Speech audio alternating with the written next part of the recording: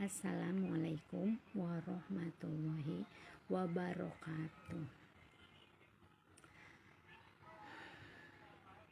Saya mau menanyakan kepada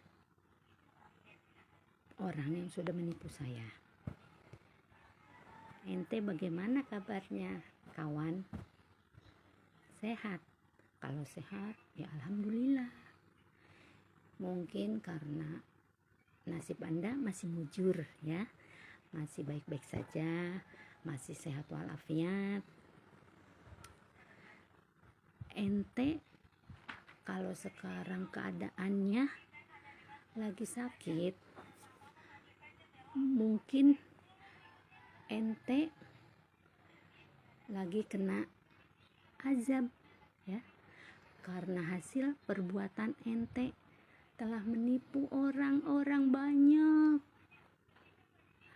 Orang-orang yang sudah mentransfer uang dengan jumlah uang yang tidak sedikit. Bukan uang 100-200. Kalau itu sih 100-200 sampai 1 juta ya saya ikhlaskan ya.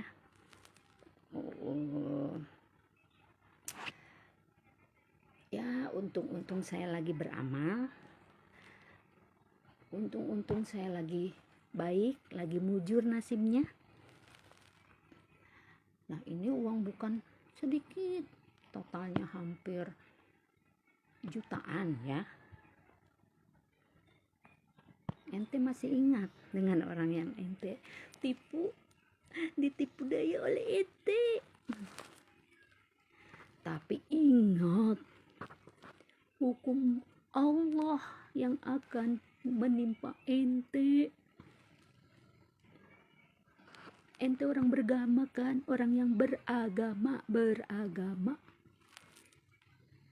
Baik itu agama Islam, Kristen, Katolik, Buddha, Hindu, ataupun agama lainnya, itu terserah ya, tergantung kepercayaannya masing-masing. Di sini saya tidak membahas tentang agama ya. Di sini saya membahas tentang ente telah menipu. Ente tahu nggak sih undang-undang menipu itu apa?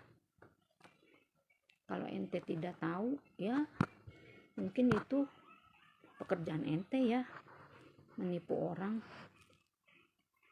Tapi saya takut menipu itu karena ada undang-undangnya. Undang-undangnya itu ada pasalnya di 378 ya, yang isinya siapa yang telah menipu dengan kepentingan sendiri ataupun orang lain.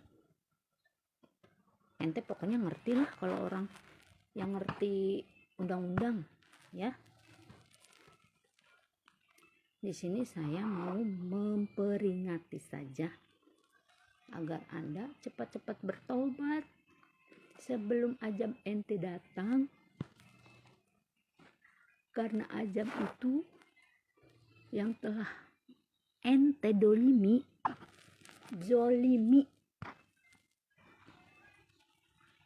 ente akan susah matinya, akan disiksa di dunia, tidak akan tenang di dunia. Nah, ente ibaratnya lagi sakit, ente akan merasa bersalah. Ente berobat kemanapun tidak akan bisa diobatin. Ya obatnya ya minta maaf pada orang-orang yang ente telah tipu. Kasihan. Jangan sia-siakan hidup ente dengan berbuat zolim. Ente mungkin kafir ya, jadi tidak ngerti itu apa zolim, tidak tahu itu artinya hukum agama dan negara. Jadi ente enak aja menipu terus. Ini bukan untuk ente doang ya, yang agen teh poci yang mengatasnamakan agen teh poci yang ente telah tipu. Tunggu tanggal mainnya ya, dari saya, dari orang-orang yang ente zolimi. Kalau ente pengen hidupnya tenang dunia akhirat, telepon orang-orang yang ente zolimi, datangi. Tahu kan alamatnya? Ente kan minta KTP-nya. Datang aja ke alamat KTP yang diminta. Mungkin hidup ente nanti dunia akhirat akan selamat, dan iman Islam ente juga akan diterima sama Allah Subhanahu wa taala. Ingat itu, camkan itu pesan saya ya. Saya bodoh dalam segala hal, tapi saya tidak bodoh dalam hal yang telah dizolimi. Saya nggak akan diam. Saya akan terus berzikir, meminta doa, dan minta bantuan sama Allah Subhanahu wa taala. Orang-orang yang terzolimi itu akan dikabulkan doanya ya. Ingat, jangan main-main ente.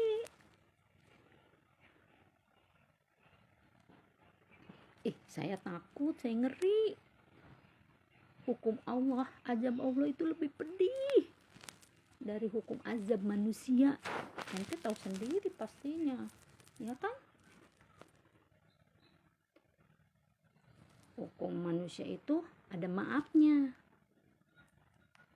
Allah juga ada maafnya. Tapi Anda telah menzolimi orang-orang yang dizolimi. Aduh, gak akan dimaafkan dunia akhirat. Camkan itu baik-baik ya sama ente. Ente punya kuping, punya pikiran, punya otak yang bisa berpikir jernih ya. Saya bodoh dalam mengenal orang. Apakah si A, si B, si C sampai si Z baik? Saya tidak tahu, hanya Allah yang tahu.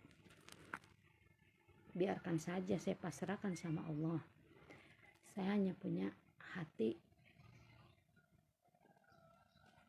yang menurut saya baik, yang menurut Allah baik. Mau orang berjolim pada saya, ya terserah. Tapi kalau terzolimi dalam hal keuangan dengan saya, jangan ente pikir saya berdiam diri ya. Saya akan terus kamu putar giling otaknya. Ataupun keadaan kamu akan lebih parah dengan orang yang ente zolimi. Saya nggak takut karena saya tidak salah. Kalau saya salah, aduh, bagaimana saya harus memaafkan? Bagaimana saya memohon pada Allah Subhanahu wa taala?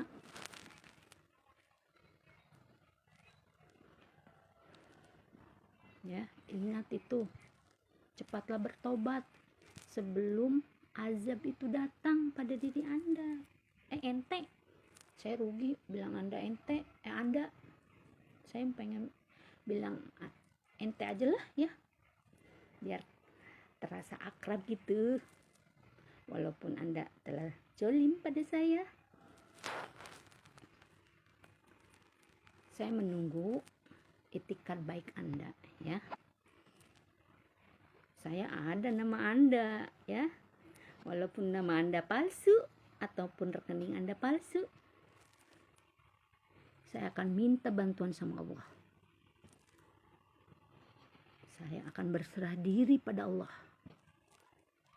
Ingat apa yang saya kata tadi.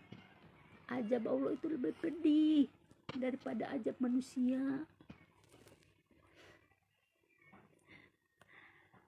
Aduh.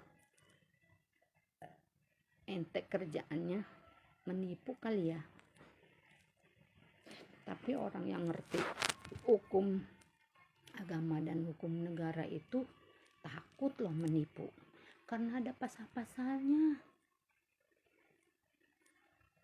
Atau ente bersekongkol dengan siapapun itu tetap aja akan terjerat nantinya.